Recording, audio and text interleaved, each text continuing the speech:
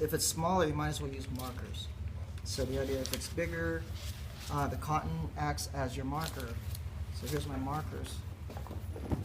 So the marker's tip is this big, okay? So it takes longer to cover a larger area. So the idea behind this is, okay, it's a bigger drawing. How do we cover a large area? Oh, let's try this. This is sort of the idea. So we make our own marker tip, and it acts kind of like as the marker. That's how I see it. Okay, so we have this underlay, and I can either ink this in or use pencil, so I'm just going to do it really lightly. Pencil, and I'm focusing on the outer sides. This inner sides I'm going to not draw as dark. And these should look like they're going to vanishing point. This one, I try not to draw too dark. And then you do the same thing down here.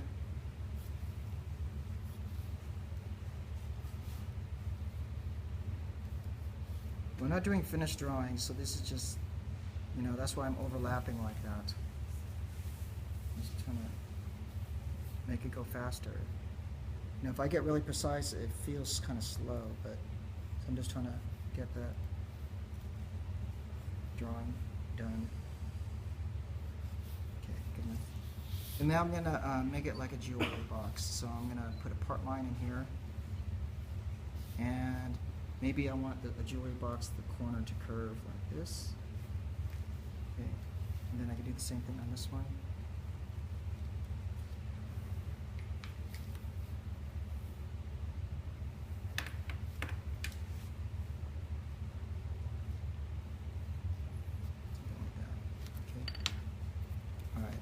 So we have this.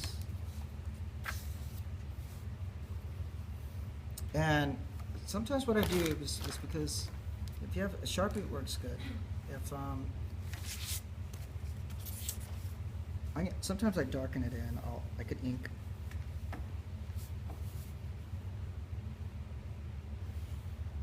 Bottom part just so I can see it, because once I add pastel on it, my lines disappear. Because the pastel kind of melts the pencil, and it kind of disappears. So that's just going to help me. I only know that because when I've done the demo before, I can't see it, so I'm darkening it ahead of time. All right, so this is a very quick technique. The idea behind pastel besting is you want to make streaks. You want to do streaks. You don't want to do smooth shading. You get smooth shading by going over it a lot of times. But in this case, you want to use the streaks to create grain. And grain is what I'm trying to do here, so I brought these little examples. So it's good to have, like, something to look at. So this looks like the streaks, sort of, right? Streaks. Those are wood grain. Same here, not exactly, but you get that idea, hopefully. This is streaks that we want to do. To get marble, so the streaks is an arm movement this way. To get the marble, it's this way. You're tapping the paper. You're kind of pushing against the paper, and you smudging it. This would be burled wood. It's a different kind of wood. It's from a tree that has a lot of branches. So or a lot of knots, and you see a lot of these little tiny dark areas. That's what that kind of wood. I'll show it to you on the computer later. We're gonna do this one first, and this is the idea of the wood grain. So here's wood grain. So to study wood grain, it's like, okay, here's my block. Wood grain is irregular. It's kind of like, it's not really a straight line. It kind of bends, sort of. And the parallel, they're not exactly all parallel, right? Some of them are closer, some of them are further apart. And sometimes you can go like that and just kind of, I'm holding my pencil out here. I'm not going like that, And so that's one way to do it. Another one is sort of what you see here. Or like what you see here. You see some of this grain comes back right here. It kind of comes back. Sometimes it goes that way. So here's another way. Wood can go this way. Maybe it goes like that. A little closer, a little further apart. This is done after you do this technique. So after you do that, then you get your pencil and you go over it and you do that to refine it. So this just lays a base coat of tone with some general streaks, and then this is a refinement tool because it's so pointy, and so you just refine it. And you put enough wood there so it's convincing. And the idea is like you're not really trying to do a specific wood because this is a concept stage. You're just saying this is wood. Now what kind of wood do you want it to be? Oh, you want that, so you re-render it or something. But the idea is say, oh, I'm thinking this should be wood, and that's the idea of doing that. So if you want it to be a specific wood, then do that. But you usually don't know until you talk to the client. You know, like, oh, I really want it to be, you know, bird's eye maple or, you know, zebra wood or something. Okay, then you look up on the internet. What the heck does that look like? Oh, okay. And it's a lot easier in Photoshop because you get that image and you map it right onto your drawing. But we'll figure that out next week. Okay, so here we go. So let's look at this technique. So we're going to powder, and wood is brown, so I'm just going to get two colors of brown. So one way to get streaks is to use 2 or 3 colors.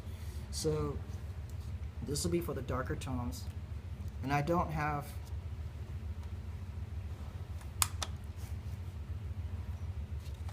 really have a light tone. I'm just going to have to live with this one. Maybe a yellow or orange. Sometimes I like orange just to warm it up. I'm going to do that, even though there's no orange in there. But so these are warm, earthy tones, I think. So just get some of that. And then again, it takes practice to know how much to powder. You know, if you don't do enough, then if you do too much, it's a little bit better. If you don't do it enough, it kind of breaks the flow, you know, because then you have to go back and scrape. But if you do enough of this, then you should be able to finish your drawing quicker. And then just 3 different piles. Doesn't matter how you do that. And then I'm going to wet this really quickly, pick it up, and go like that. And it's going to be done. It's going to be really quick. I want a copy of that. I still haven't got the one from Taylor. Where are you? Did I ever get that video, Taylor? Are you back in? You can get this one. What about the other one? It's not good. Hey. I can't send it. It's too big. Copyright infringement. I'm gonna apply it. Okay, so where's my bestie? Should be a best of Matata video. You know, it's just like, you know, what do you call it? Trial and error demos.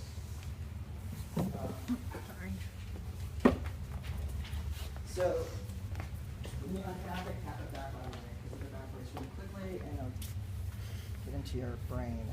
So you go like this, and then you just wet it really quickly. You just kind of, you know, wet it like that. That's all you need. Then cap it. Make sure it's screwed down because it could tip over. And then you pick it up, and then you know you test it. You know, that's a streak. That's what I'm going to do. Okay, and that might still be wet enough. So, oh, before you do that, I'm going to darken one of the areas. I could add black, or I can get a marker and darken it ahead of time. So this is a darker tone. Ooh, I can smell it already.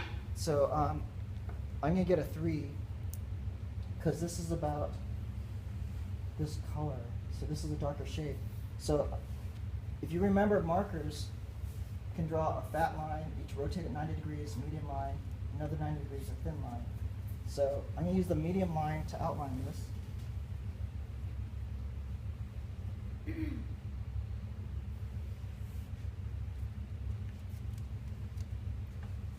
And then I use the broad side to fill it in. Okay, so let's try that again. Use the medium line. And what else?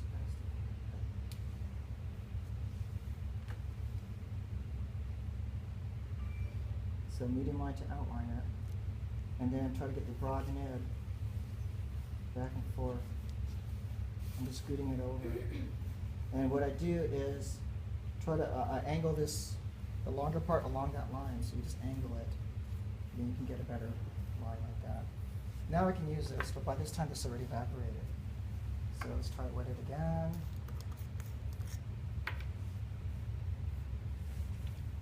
Click. Now, if you're using the facial wipes that you get, you need to get 3 or 4 of them.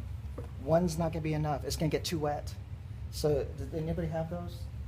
Yeah. Yeah, you're going to need about 3 of them, 3 or 4, because it's going to soak. So I'm just going to pick this puppy up and just, you know, just streak it, and that's not enough. See, that's too smooth, so let's try it one more time.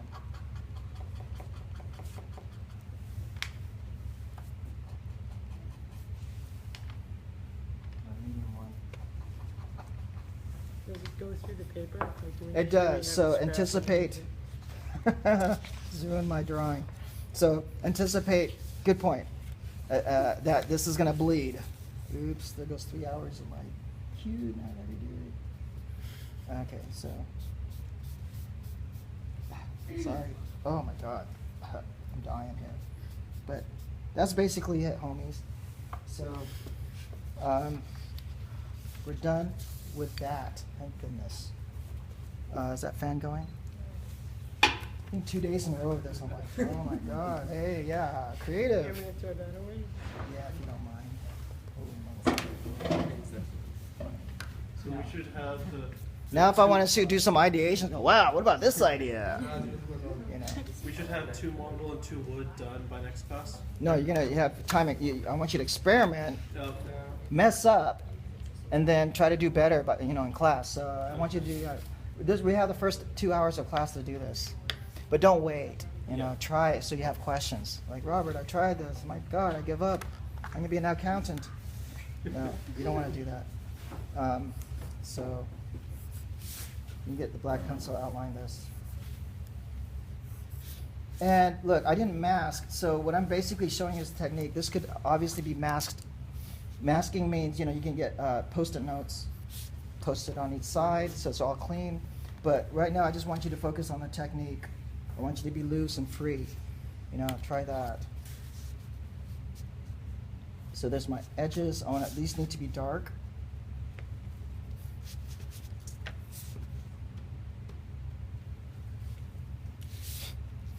I'm a little cold, so I might have a runny nose. Please excuse me. All right, and so now I am going to mask. So one thing that I do sometimes, excuse me, is I'll get a brown pencil, or I can use chalk, but brown pencil sometimes helps. So I'm going to tighten up this edge, and then I'll go, just darken this part just a little bit. I'm holding it low angle way out here, so I'm trying to get a smooth shade. I want to fade it out. I don't want to go too dark. But that helps it get kind of dark at the edge over there. I'm trying to push that edge a little bit more. And then this one too.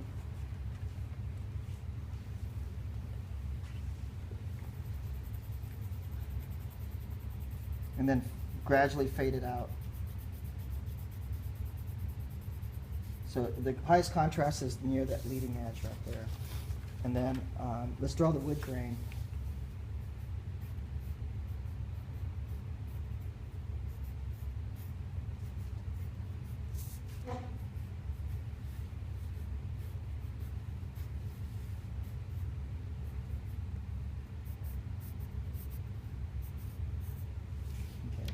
And then you can help it out sometimes with black. You don't have to always use black. If you don't see it very well, use black. Try to go over the same lines. But you want the wood grain to go all the way from top to bottom. You don't want to stop short. You want it to go all the way from top to bottom. And this might be overdone. Might have overdone it. And then you could do some in the shadow, but it's not going to be so obvious.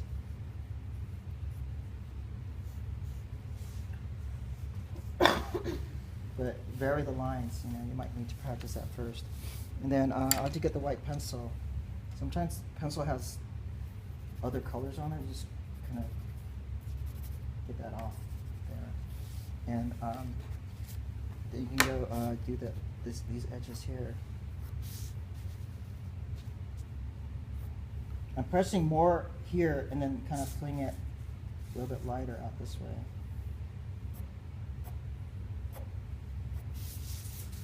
So that's why you don't want a black line there. Instead of a black line, you're using a white line on darker objects. So for darker tones, you use white instead of black to make these edge lines. So here, I don't know if white actually works, so I'm not gonna have the white go up so far. I might just do black pencil on this side. So that might work. Black pencil also works too. But if you have a part line, the white line is right next to that black line and just below it, right below that line. So I'm gonna put my pencil right here, press hard, and fade it out. And then you get a slight little highlight underneath that black line. So you do the same thing on this one. Like that.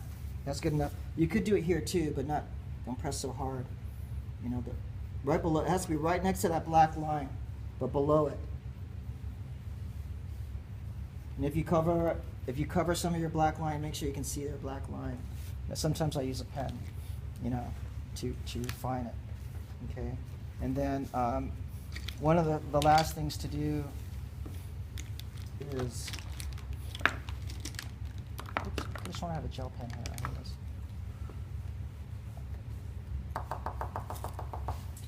We actually use a paintbrush, but we can just use this one. So sometimes just just a little dot there, right where that corner, and this kind of helps it just pop out. So normally we use a paintbrush. If you want that to look more blingy, you can kind of make it thick and fade out.